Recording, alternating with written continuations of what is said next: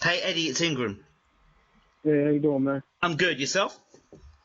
I'm good. I'm good. Great, great. I won't waste any of your time, so we'll get straight into it. As you've heard, Eddie, Peter Fury's put your name forward for fighting Anthony Joshua. What are your thoughts?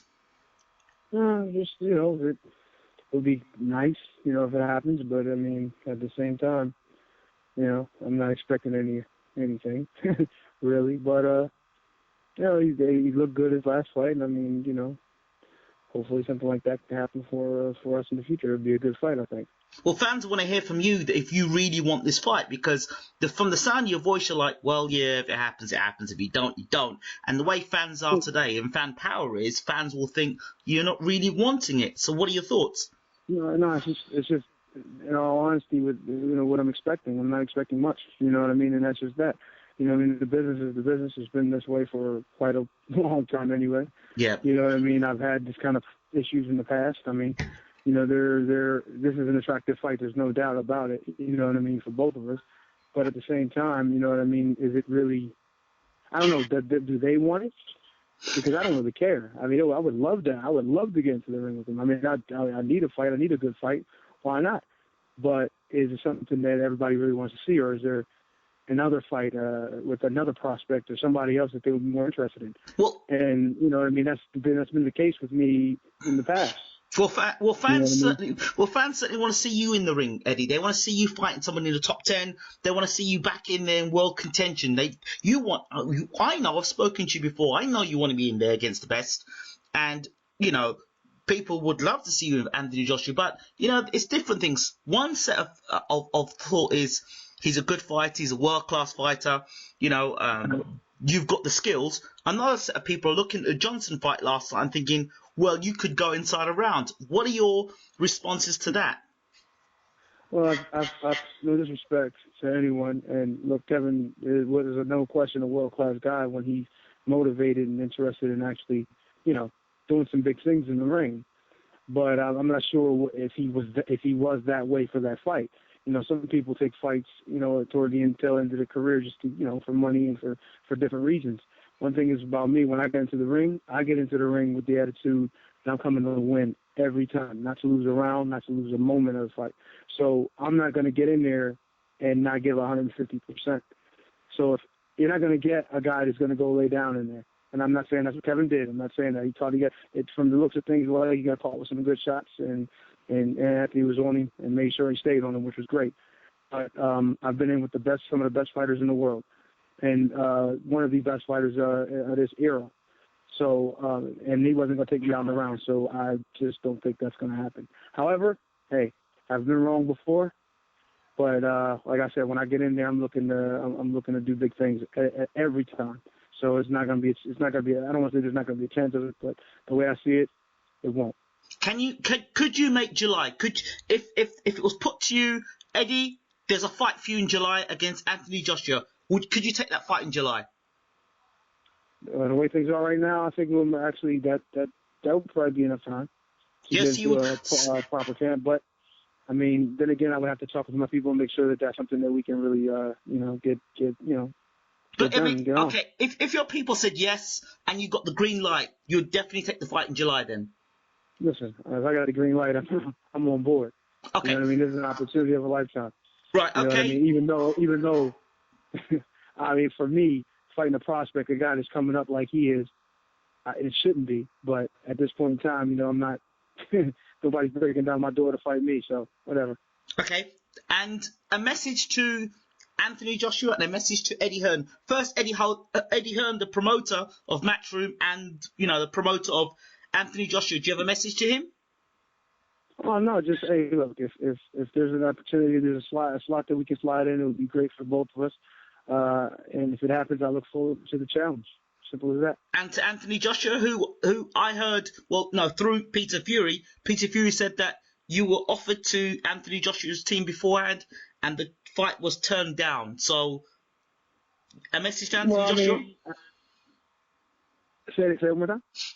A message to Anthony Joshua. Oh, no, I mean, nothing. Congrats on the last win. It's a big win for him, you know what I mean? Great. But, this is I think a different matter altogether. I'm a different kind of fighter than Kevin. I'm not going to disrespect anybody by these words. I'm not trying to say that he's not world class, because he obviously is. But I think this is just a different class at this stage in my career, and in his career, he's not going to be facing anyone that he's ever faced before if we were ever to get in the ring. Okay, and finally, Eddie, I know that you've been going for a really tough time, because you've been wanting to get the big fights and you've been very frustrated. And even when I saw you in London and we spoke at length in London and I did the interview with you then, you really wanted to fight. And I said to you I was going to go away and say a little prayer for you and go to church and say a prayer for you. So I said the prayer. We're going to see if we can make this happen. I mean, I appreciate the prayer. but sometimes prayers don't get answered the way we anticipate them, the way we hope they'll be answered.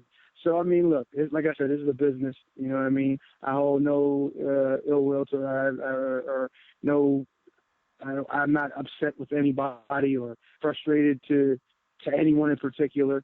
It's just a business. It's the way things go. If it doesn't come, it doesn't come, and I understand it. I mean, there's a lot of money behind some of these guys, and they have to get to where they need to go in order for all the people that deal with them to make a good living. So you know what I mean. They're not going to risk their careers just for my happiness. So the way I got to do is I got to live my life and take care of the business.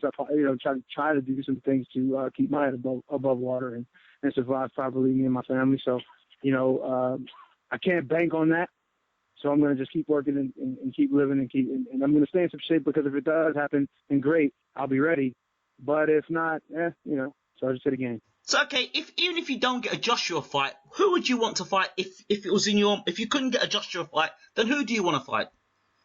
Listen, I have no particular person. I am not that kind of. I will fight any of these guys. I don't really care.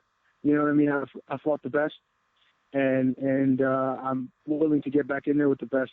Because if I consider myself an elite level fighter, that's who I'm going to have to face. So the Wilders, the Verns, all of these guys. I mean, I'm terrible that I picked two American names, but those are just the guys that were in my head at the moment. Yep, absolutely. That's not to say that those are the only guys out there for me. I mean, there's a lot of other fights out there, but I mean, I really just do not care. There's nobody in particular that I'm aiming for. I just want an elite guy. If I can get an elite level fighter, someone who, can quite honestly demand the right amount of money that you could put out there for a good fight, I'm all for it. You know what I mean? Let's do it. And the fight with yourself and Ustinov, what happened there? Well, to be honest, I mean, I think Ustinov was expected to get more than he was actually going to be offered for a fight with me. He was looking at me as still an elite level fighter and all that. And I said that I'm not. Of course I am. But he was looking at, well, if he's that level of fighter, I'm not taking a chance on fighting him and not have everything to lose and nothing to gain from it. You're going to have to pay me. And I guess what he saw as far as the numbers were concerned possibly weren't enough. So he said, oh, hell no. He walked away from it. So then, okay, with the frustration of trying to get through to the two belts, whether it would be Klitschko and Wilder, why don't you go down the route, maybe the Shagayev route, the WBA? Why don't you go that way? Oh, well, I would love to. In fact, he put my name in the hat for when they thought that Fred was going to pull out. Me and Peter, we were like, first thing, hey, if they looking for somebody for a day's notice, we'll get on the plane tonight and go on out there and fight him. That's what we were saying at the time. And obviously, they didn't get back to us, but I would love to do that. I'm just not sure that that is a possibility, or if we can. I don't know how we can get involved in it, or how we can get in the hat for that. Right. If there's any heavyweight tournaments coming up with the WBA, or I don't know. I'm just not sure. But obviously, it just gives me big fights. You know what I mean? I'm not saying I'm not interested in belts and being a world champion, because that's obviously why you do it. But right now, I'm interested in feeding my family and setting myself up for the rest of my life. If I'm going to take another fight, I'm going to take another punch, I'm going to take anything that has to do with this sport, I want to be paid for it. I want to be, you give people a service, you're to entertain them. You know what I mean? And I'm going to do my very best to do that. But I want to have a brain in my head when I'm done, and I want to also have something to show for it as well. And to be quite honest, right now, I don't think I have what I should have. And it's not necessarily anyone's fault, maybe but my own, but it's also just the business. It's the way it is. You know what I mean? So from here on out, I don't want to hear, oh, I got to fight an elite level dude or a prospect or whatever for chump change. It's not fair. You know what I mean? I'm getting in there, this guy's going, and I try to knock my head off, and I'm gonna try to knock his off. I think we should be paid for that. Right. So you want you want to be valued, basically. Just yeah, it's a little frustrating. You know what I mean? But I'm not mad at anybody in particular. I'm not mad at all. You know what I mean? I'm a little tired, but I'm not mad at all. It's just, like I said, it's the way the business is. If they can get you for cheap, they will. And if you're in desperate need of this or need of that, and they know they can get over, they will. You know what I mean? So, what I'm saying is now, I'm going to do something else. If I can't be taken care of properly, if I'm going to put life on the line every time I step in there, and I'm not going to get paid like I am, what's the point? I understand. You know what I mean? The hell's the point? I'm not fighting for free. You know what I mean? I don't think anybody out there with the suits on and the nice pleated pants and all that, they walk around with the gaiters and all that, with all that money in their pocket, I don't think they would take and go ahead and say, okay, well, for you'll never have to do another thing in the rest of your life if you get in here and fight this guy. And they would rather hear that than say, okay, well, you got to get in there and fight this guy for $10,000 and then come back and then have to come back again the same thing next month just so you can pay your bills. No, I don't want to hear that. They wouldn't want to hear that, and I don't want to hear it either.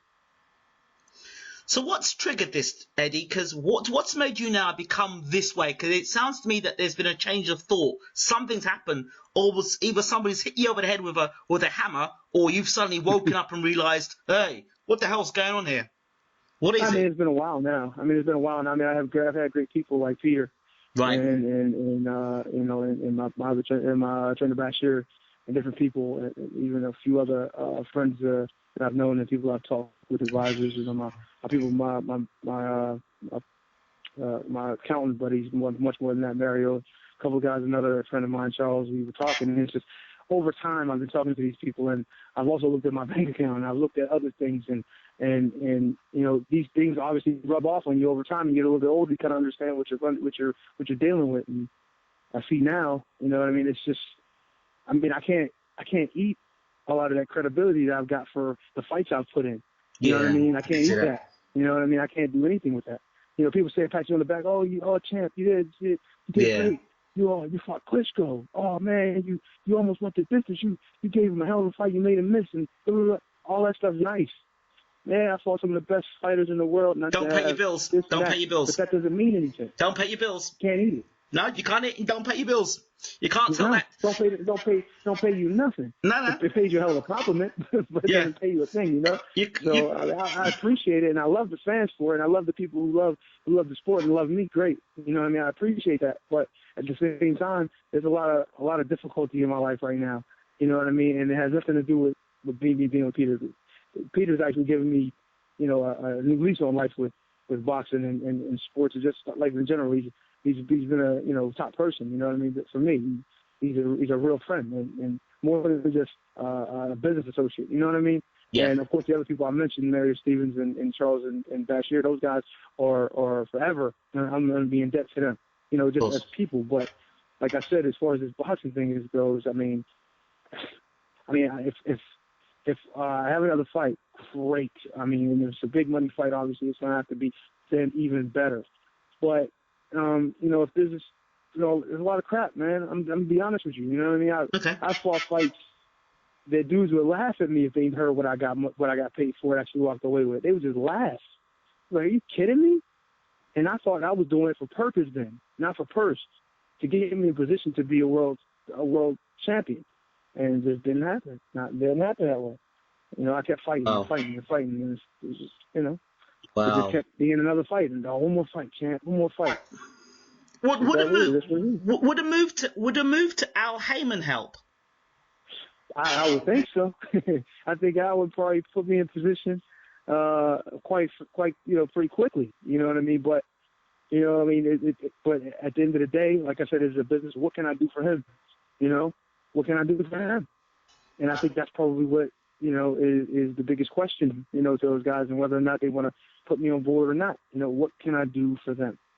And, I tell you what, when I get in that ring or when I get in the camp and I get in that ring I'm giving 150%. I just don't know how to do anything else. My dad taught me that, and I've been doing this ever since I've been in the sport. I don't know anything else.